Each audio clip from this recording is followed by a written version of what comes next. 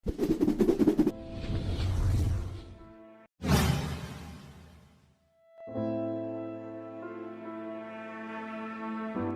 tahun yang lalu ketika ketakutan akan vampir merebak terutama wilayah Eropa, kepercayaan umum di banyak negara adalah bahwa vampir tidak hanya meminum darah, tetapi juga menyebarkan wabah penyakit.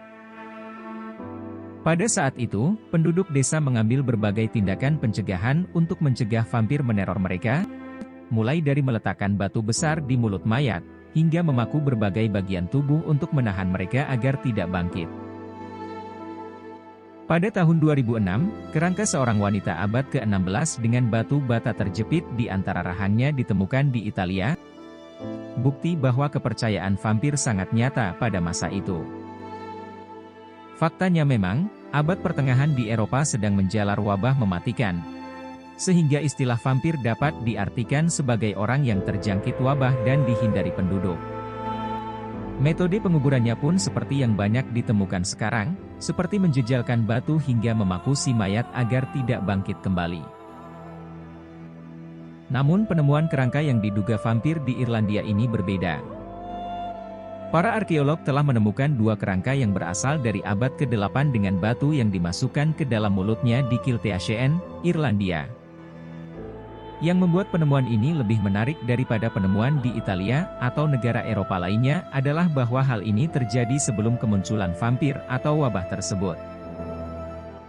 Pasalnya, di abad ke-16 histeria vampir telah menyebar ke seluruh Eropa, hampir semua orang takut pada mayat hidup. Hal yang tak terjadi di abad ke-8.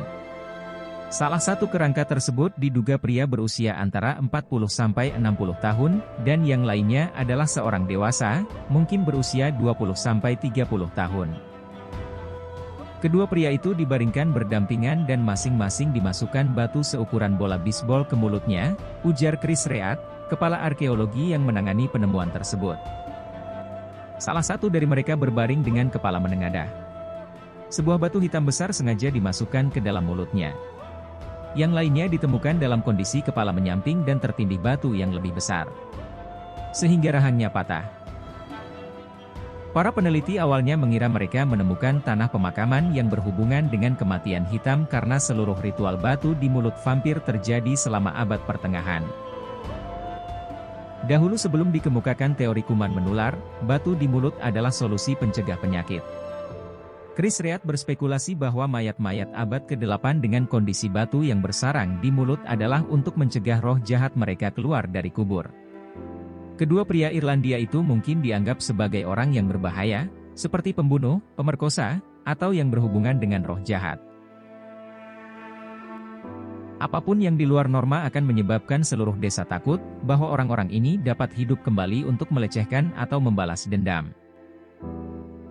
Mulut dipandang sebagai bagian penting dari tubuh untuk transformasi semacam itu. Itu dipandang sebagai portal utama bagi jiwa untuk meninggalkan tubuh setelah kematian.